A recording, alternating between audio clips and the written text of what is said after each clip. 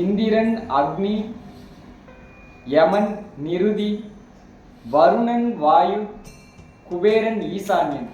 இவங்க 8 பேர் தான் அஷ்டவசுக்கள். இந்த அஷ்டவசுக்களும் ஒரு காலத்துல நல்ல தவம் இயற்றி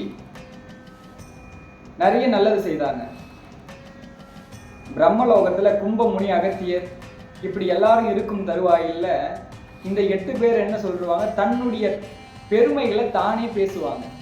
அவங்க செய்த தவ வலிமைகளையும் அவங்க செய்த அறங்களையும் அவங்களே எடுத்து சொல்லுவாங்க. இதை கேட்ட பிரம்மதேவர் கோபம் வந்துருச்சு. ஏன்னா தன்னை உலகத்துக்காக அர்ப்பணித்த பல ரிஷிகள் இருக்கக்கூடிய இடத்துல தற்புகழ்ச்சி பேசுறாங்கன்னு சொல்லி நீங்க செய்த தவம் எல்லாம் அவமாக போகட்டும்னு சாபம் போட்டுருக்காரு. இவங்க 8 பேரும் மன்னிப்பு கேட்குறாங்க பிரம்மதேவர்கிட்ட. இதுக்கு மோட்சம் கொடுக்கணும், யாராவது வழி சொல்லுங்க, இந்த சாபத்திலிருந்து எங்களை விலகிறதுக்காகன்னு கேட்கும் பொழுது, என்னைக்கு நீங்க சிவபெருமானுடைய கிருபை கிடைக்குதோ அன்னைக்கு தான் இதுக்கு விமோச்சனம் கிடைக்கும்னு சொல்லியிருக்காரு. கங்கை ஓரம் ஒரு துறையில 8 பேரும் தவம் செய்யறாங்க சிறப்பா. கொஞ்ச காலம் கழியுது, சிவபெருமான காட்சி தராரு.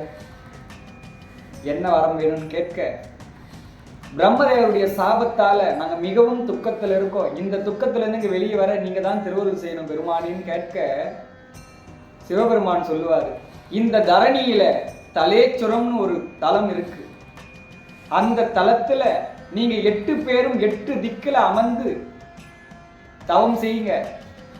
அப்படி தவம் செய்தீங்கன்னா இந்த பாவத்தை கடக்கக்கூடிய திருவருள் அங்க கிடைக்கும் சொல்லி மறைகிறார். கங்கை நதி ஓரம் தவம் செய்து கொண்டிருந்த இது 8 பேரும் அருணாச்சலத்தை நாடுறாங்க. அருணாச்சலத்துல 8 திக்குக்கும் 8 பேரும் அமர்ந்து யோகத்துல தவம் செய்யறாங்க. சிவபெருமானும் அட்ட மூர்த்தியாக காட்சி அளிக்கிறார். 8 பேருக்கும் காட்சி கொடுத்து அவருடைய பாவத்தை நீக்கிறார் சுவாமி. இந்த கதையின் கருத்தே தன்னுடைய புகழ்ச்சி, தன்னுடைய பெருமைகளை பேசக்கூடாது என்பதுதான்.